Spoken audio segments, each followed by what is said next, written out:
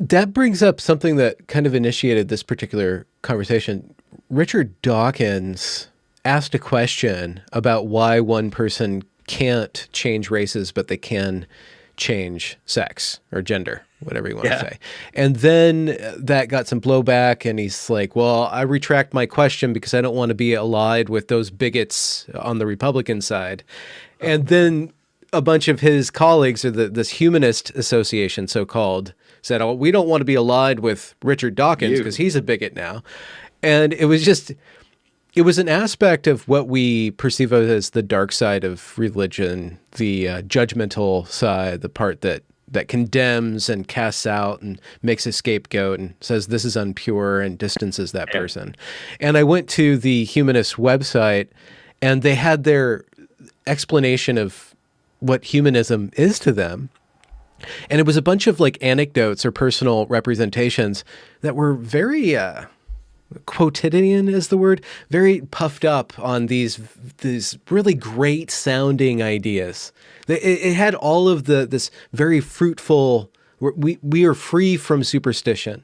We can love each other through science and objective reality, and it sounds really good on paper. But it doesn't taste good to me, but I don't know if that's just because my tastes are different Yeah. than that. What are some of your, because what I saw was that, well, they're going to impose some sort of religious moral order, and they've latched onto it with social justice. Social justice has provided atheism and humanism with that moral code scrubbed of all this religious symbolism. What is missing when you get away from that symbolism is some sort of guidance through this structure. I don't know. What are your thoughts Yeah. on the end of I mean, humanity, I think that humanitarianism? yeah, for sure. It's like it's hard for me not to. I don't want to be Schadenfreude, but it's just hard for me not to feel that with the new atheist, because they kind of brought about this world, but they didn't realize that it wasn't enough. Like they just said, we just need to get rid of religion, and then we'll all be fine. But they introduced the world to social justice. Like they opened the door to social justice, and now they're getting devoured by their own child, let's say. Could you And just define what you mean by social justice in this context, or what they well, yeah, created? well, in the sense that atheism isn't enough, right? You need something. Maybe it could have been something else. It's possible, but there's something about this kind of materialism and this kind of revolutionary, because one of the aspects of materialism is that it's you could say that it's revolutionary in its very pattern.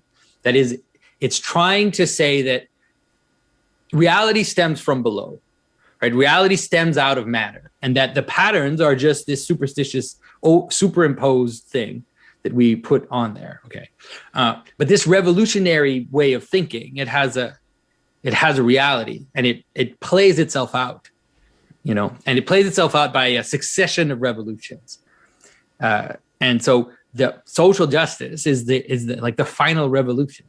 It's the last revolution, because it's basically saying we want to take the most rejected thing and make it king. Like we want to identify the most marginalized, most rejected, most strange, most the thing that has the less identity possible, the least identity, and then we want to make that the king. But that obviously Dawkins, when he was trying to reduce the world to genes, didn't understand that that's what he was bringing about. But it doesn't matter. It doesn't matter. When you try to stem reality from below, it's going to play itself out in terms of meaning. And the final version of that is that. So you could say that it's just another version of the tyranny of the proletariat, right? It's just another version of the idea that which is the lowest has to become king. And so now it's playing out in terms of identity instead of in terms of social class, but it doesn't matter. It's in terms of the story, it's the same. Okay. And materialism is part of that rung. It's part of that game, even if they don't realize that's what's going on. Like one of the absurdity of Dawkins' like proposal to make the entire world an expression of genes is just so absurd. It's absurd in the sense that this denial of patterns, or this denial that there is a top-down layout of how the thing works. That's why I mean that it's just kind of this. It's funny to watch him then get eaten by his own process. Okay. But in a social manner, because he tried to avoid the social question. He's like, I just proposing this biological thing. Like I'm just proposing this scientific thing. I've even heard interviews with him where he says that, when in terms of social questions, I defer to the sociologist and I defer to those people. But dude, like I said, the pattern is happening, and it's happening to you in society. So the version of his selfish gene, of this lower reality, coming up and ruling over, let's say, top-down structure. Now it's playing out in the social fear, and he doesn't see that it's the same thing. He doesn't see that now he's being devoured by his own story. Okay.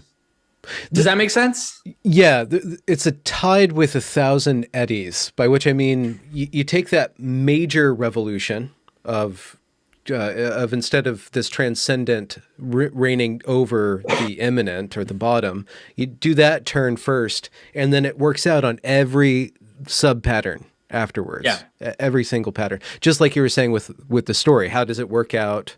If we do it here, if I do this privilege politic in this training right here, how's that going to work out on every level of my organization? Just for example.